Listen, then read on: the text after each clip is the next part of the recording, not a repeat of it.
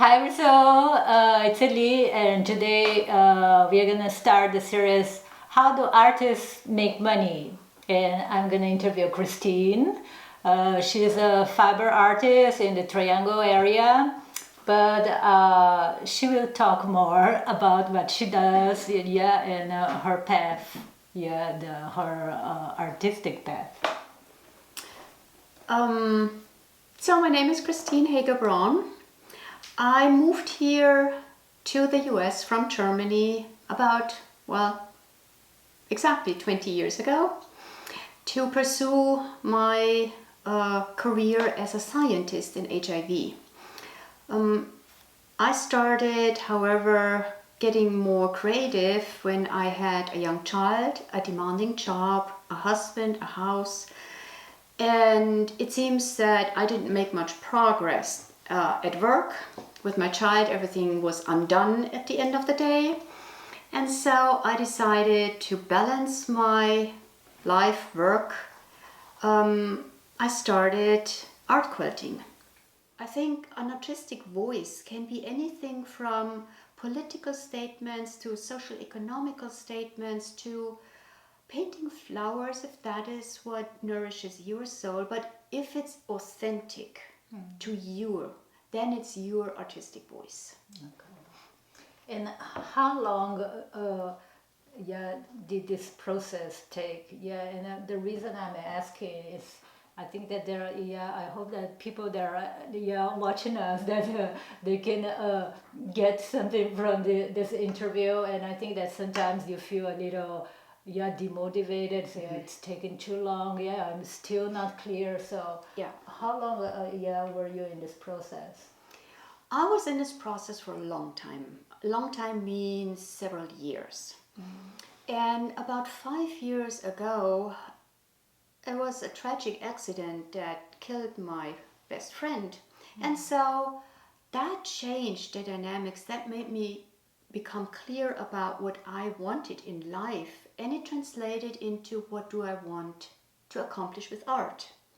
And it's not only creating art for myself that feeds my soul, but also help others to cope and to see the light and to see hope. And that's why if somebody would ask me to make a pet portrait, technically I could do it, but it's really not something I care about. There are good other artists I can refer them to. So saying no is also an important step in making money, but not spreading yourself too thin. Sometimes it depends really on interaction with the person who is asking.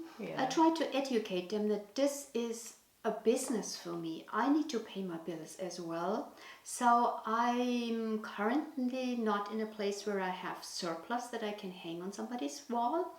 I prefer to have them hang in galleries where they can be sold and find new homes. And very often they respect that decision. I do not believe in the myth of the starving artist, and I do not believe in selling out. There's nothing wrong with being a successful artist if you are still true to your own voice. If the work you create is authentic. If it sells well, perfect. You can pay your bills, and if you have money left over, you can support other artists or other charities or whatever is dear to your heart. Making money is not bad. You can spread it. It doesn't mean you have to keep it and accumulate it. It doesn't mean you have to get greedy about it. But there's nothing wrong with making money in every other business. The point is, bottom line, to make money, because it's the way we exchange for goods. You have to have money. So I don't see anything bad in that. I think for many artists, creating is only part of being an artist. Showing the work and sharing it with the world is the other part. And making other people happy. At least that's a big thing for me too. So I'm sticking around. Right. I think the biggest moment for me was when I had applied for an emerging artist grant through the Durham Arts Council. And it was my very first application for a grant. And I went to the mailbox and found the letter that I received the grant. And for me it was, they must have made a mistake. Me? Me? Really? Oh. And it was being recognized as an artist by a respected organization.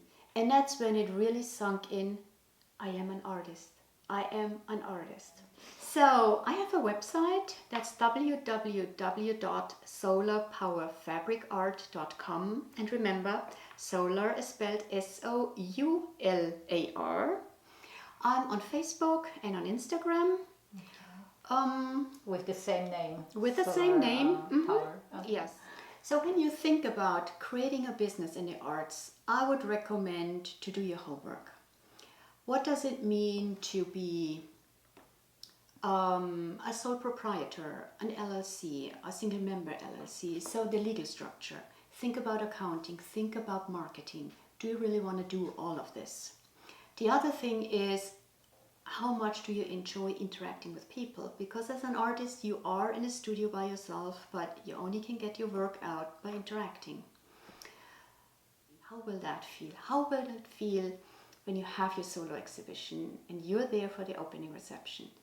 So if you're going through a drought, think about how it feels when you succeed, and it will get you there. Thank you so much, Christine. Yes, you're so welcome. Well, I hope you enjoyed this episode. I did.